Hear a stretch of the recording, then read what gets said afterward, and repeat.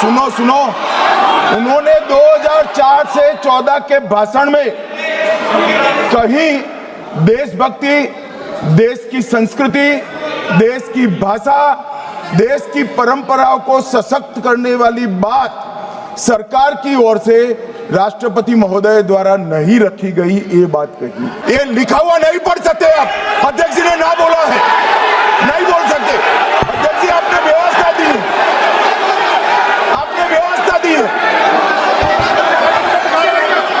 माननीय अध्यक्ष जी, मेरा व्यवस्था का सवाल है। सरकार को आलोचना सुनने की आदत नहीं है सभापति महोदय। जब आप इनसे सवाल पूछिए कृपया शांत रहिए। आप बताइए 70 साल में आपने क्या किया है। मैं तो इस सदन में कहना चाहता हूं सभापति महोदय कि हमसे 70 साल का हिसाब मांगने वालों, जो सरकार अपना चलाया हुआ 2000 का नोट 7 साल नहीं चला सकी, वो हमसे 70 साल का हिसाब मांगती है। टूटा हुआ लश्कर का भरम देख रहे हैं और जिल्ले इलाही के करम देख रहे हैं।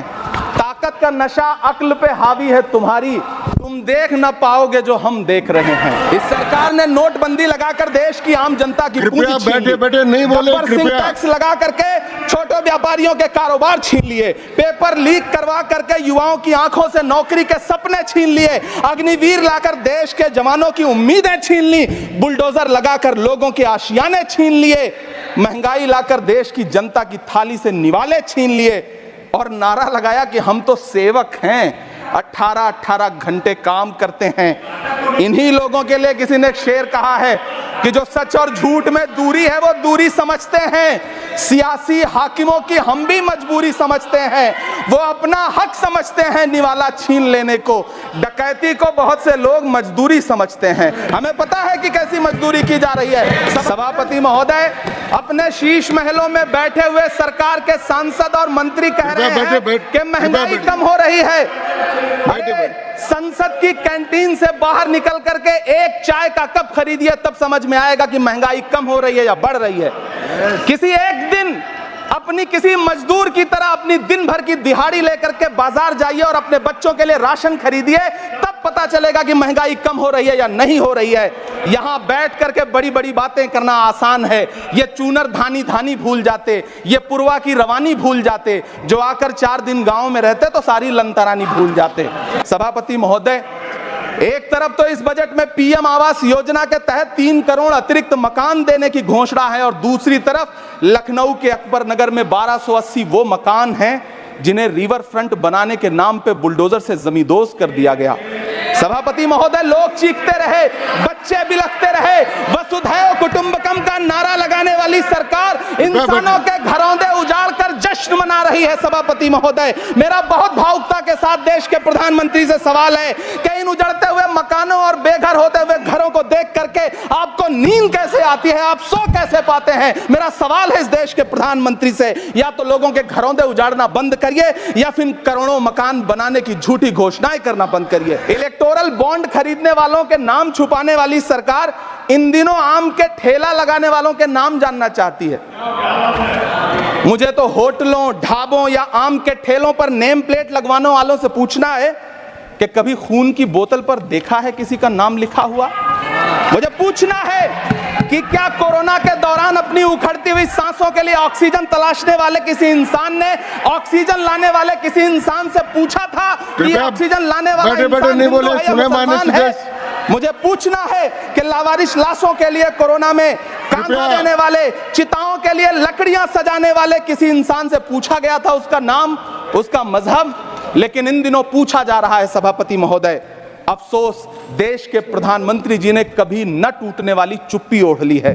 सभापति महोदय, मुझे वित्त मंत्री जी से पूछना है कि वो जो कुछ साल पहले 100 स्मार्ट सिटी बनाने का ढोल पीटा गया था, सुना है उस ढोल में पानी भर गया है, इसीलिए आपने उसका नाम बदल करके सिटीज ऑफ ग्रोथ हब्स रख दिया है।